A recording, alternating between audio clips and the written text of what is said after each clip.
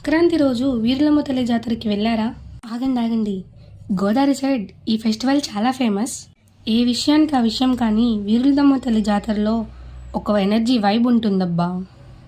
ప్రతి ఫెస్టివల్స్లో క్రౌడ్ అనేది ఉంటుంది, కానీ ఈ ఫెస్టివల్లో చూసినంత క్రౌడ్ నేను ఎక్కడా చూడలేదు. It's like A ocean. ఇంతమంది జనంలో దర్శనం అవ్వడం కూడా కష్టం. అందుకే మా వాళ్ళు జాతరకి వచ్చామంటే దర్శనం ఒకటే కాదురా, ఎగ్జిబిషన్కి కూడా కంపల్సరీ అంటారు. బయట నుంచి సింపుల్గానే ఉంటుంది, కానీ వెళ్ళాక అరిస్తేనే పరువు పోతుంది. కానీ వాళ్ళ అరుపులు చూస్తుంటే దేనికోసం అరుస్తున్నారో కూడా అర్థం కాదు.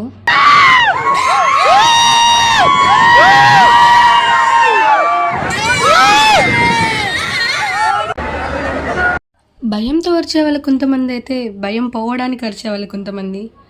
ఆ కేటగిరీలో నేను ఎప్పుడు భయంతో అరిచేదాన్ని, బట్ కొంచెం కవర్ చేస్తాను, లాస్ట్కి దొరికేస్తాను.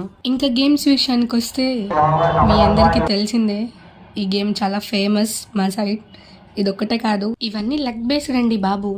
అండ్ ఈ 3 days ఈ అన్ని గేమ్స్ చాలా లీగల్గా జరుగుతాయి.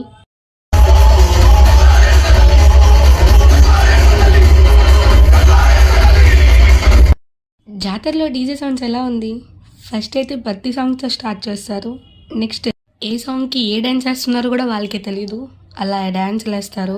పక్కన ఎవరున్నారు ఎలా ఉన్నారో కూడా పట్టించుకోకుండా వాళ్ళకి వచ్చిన డ్యాన్స్లు వేసుకుంటూ ఫుల్ ఎంజాయ్ చేస్తారు.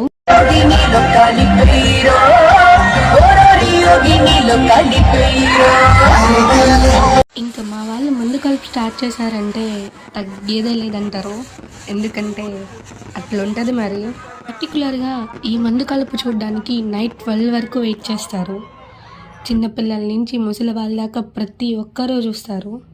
వాటి నేమ్స్ కూడా భలే డిఫరెంట్గా ఉంటాయండి.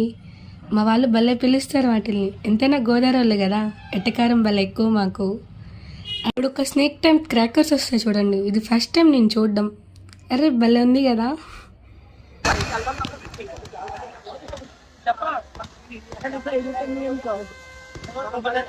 ఏంటి బాబు జపాన్?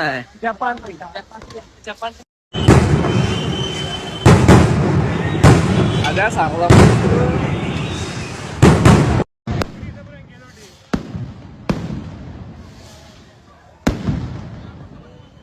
వీడియో నచ్చితే లైక్ అండ్ సబ్స్క్రైబ్ చేసేయండి. లాంగ్ వీడియో అప్లోడ్ చేస్తా with complete detail. Thank you for watching.